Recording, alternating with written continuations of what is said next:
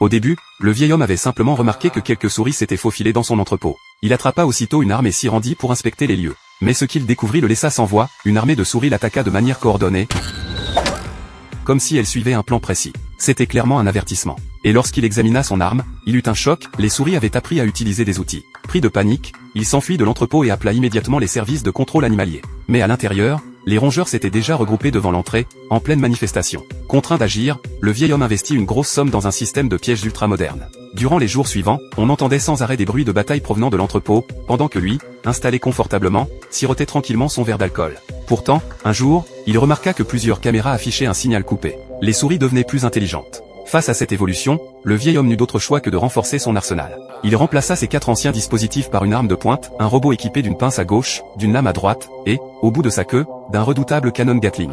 Impatient, il se précipita dans l'entrepôt. Ce fut alors le début de l'apocalypse pour les souris. Le robot extermina presque tous les rongeurs, sans épargner ceux qui tentaient de fuir. Devant un tel carnage, le vieil homme commença à ressentir du remords. C'est alors qu'une balle frappa son verre. Fou de rage, il retourna affronter la scène à l'intérieur. Ce qu'il vit le glaça, une guerre totale faisait rage, digne d'un 4e conflit mondial.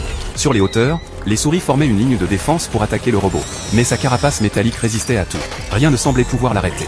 Devant l'ampleur des pertes, le chef des souris lança une dernière offensive en fonçant à bord d'un mini-tracteur, et réussit à renverser le robot. Le vieil homme crut la bataille terminée, mais à sa grande surprise, la machine se redressa pour contre-attaquer. Pourtant, au lieu de fuir, les souris restantes se mirent debout, armes à la main, formant un bouclier devant les blessés. Alors que le robot s'apprêtait à porter le coup final, le vieil homme tira soudainement et le fit exploser. Ce geste inattendu sauva les souris. Celles-ci, étonnées et reconnaissantes, levèrent le pouce en signe de remerciement. Pour célébrer cette trêve, elles offrirent au vieil homme un verre de leur vin rouge maison. Tous les conflits furent oubliés, et c'est ainsi qu'humains et rongeurs durent ensemble devant l'entrepôt, prêts à entamer une nouvelle vie en harmonie.